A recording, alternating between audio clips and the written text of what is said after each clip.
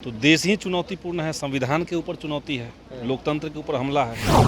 केंद्र सरकार जो है वो किस तरीके से जन विरोधी नीतियों को जो लागू कर रही है उसको रोका जाए। तो युवाओं को लेकर के शिक्षा, रोजगार और जस्टिस, इसको लेकर के जो हम लोग मिनिमम प्रोग्राम बना रहे हैं उसमें वो बातें हैं। रणनीति हमारी है, हम लोग चाहते हैं कि सरकार और जनता के बीच में एक सेतु का हम लोग काम करें। अगर सरकार में हम चले जाएंगे तो अकेले भाजपा सिर्फ विपक्ष में रहेगा। जनता के साथ जो एक डायरेक्ट कनेक्शन सरकार का होना चाहिए, उस जिम्मेदारी को हम लोग निभाएंगे। वो बहुत महत्वपूर्ण रोल है, उस रोल को हम लोग पूरा करेंगे। और बाकी पार्टी में और माले में यही अंतर है। माले जन संघर्षों की पार्टी है, जन संघर्ष से ही निकली हुई पार्टी है। विधायक संदीप सौरभ हैं, तेजस्वी यादव से मिलकर निकले हैं, बधाई दी है। आगे सरकार के लिए चुनौती किस प्रकार से है? देखिए, सरकार के लिए चुनौती तो है कि देश जो है आज वो बहुत कठिन परिस्थितियों का सामना कर रहा है।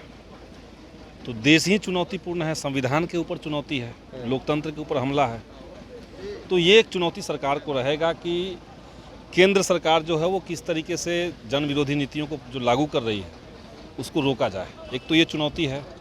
बाकी बिहार की जनता ने महागठबंधन के साथ जो अपना उम्मीद जताया था चुनाव के समय 2020 में, उन वादों को, उन आकांक्षाओं को भी पूरा करना है सरकार को। तो ये भी हम लोग सब संज्ञान में। सवाल है, आप लोग छात्रों के मुद्दों को लेकर सड़कों पर हमेशा उतरते हैं, आज भी वही स्थिति है। कितना उम्मीद है तेजस्वी यादव से रोजगार को लेकर? देखिए, निश्चित तौर से रोजगार को लेकर के सकारात्मक पहलकदमी ली जा रही है और हमें उम्मीद है कि पहला जो कैबिनेट गठन होगा उस दिन या उसके तुरंत बाद कोई बड़ी घोषणा रोजगार की बहाली के लिए हो। तो एक तो ये है, अब वो कितना होगा ये तो हम अभी नहीं कह सकते। उम्मीद लेकिन है, उम्मीद है, निश्चित तौर से है। और हम लोगों ने मुख्यमंत्री से भी मुलाकात की थी इससे पहले और हमने कहा था कि एक कॉमन मिनिमम प्रोग्राम हम लोग तय करते हैं और उसमें प्राथमिकता में हम लोगों ने रोजगार को रखा था। अग्निपथ के आंदोलन के खिलाफ, अग्निपथ के खिलाफ जो लोग आंदोलन कर रहे थे उनकी जो गिरफ्तारी हुई है बच्चों की, उनको छोड़ा जाए। NTPC में जिनके खिलाफ FIR दर्ज है उनको छोड़ा जाए। तो युवाओं को लेकर के शिक्षा, रोजगार और जस्टिस, इसको लेकर के जो हम लोग मिनिमम प्रोग्राम बना रहे हैं उसमें वो बातें हैं। वामदल की संख्या है, बावजूद आप लोग मंत्रिमंडल में शामिल नहीं हो रहे हैं। देखिए, ये तो हम लोगों ने तय किया है, हमारी पार्टी ने तय किया है। पार्टी के राष्ट्रीय महासचिव ने कल प्रेस कॉन्फ्रेंस करके इसको घोषित भी किया है। क्या वजह क्या रही होगी? वजह है, रणनीति हमारी है। हम लोग चाहते हैं कि सरकार और जनता के बीच में एक सेतु का हम लोग काम करें। अगर सरकार में हम चले जाएंगे तो अकेले भाजपा सिर्फ विपक्ष में रहेगा।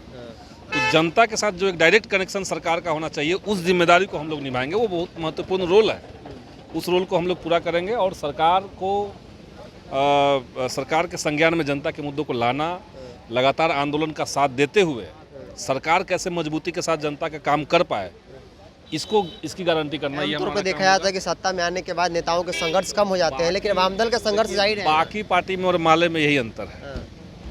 माले जन संघर्षों की पार्टी है, जन संघर्ष से ही निकली हुई पार्टी है। तो सत्ता का जो लालच है वो हम लोग को नहीं हो सकता है।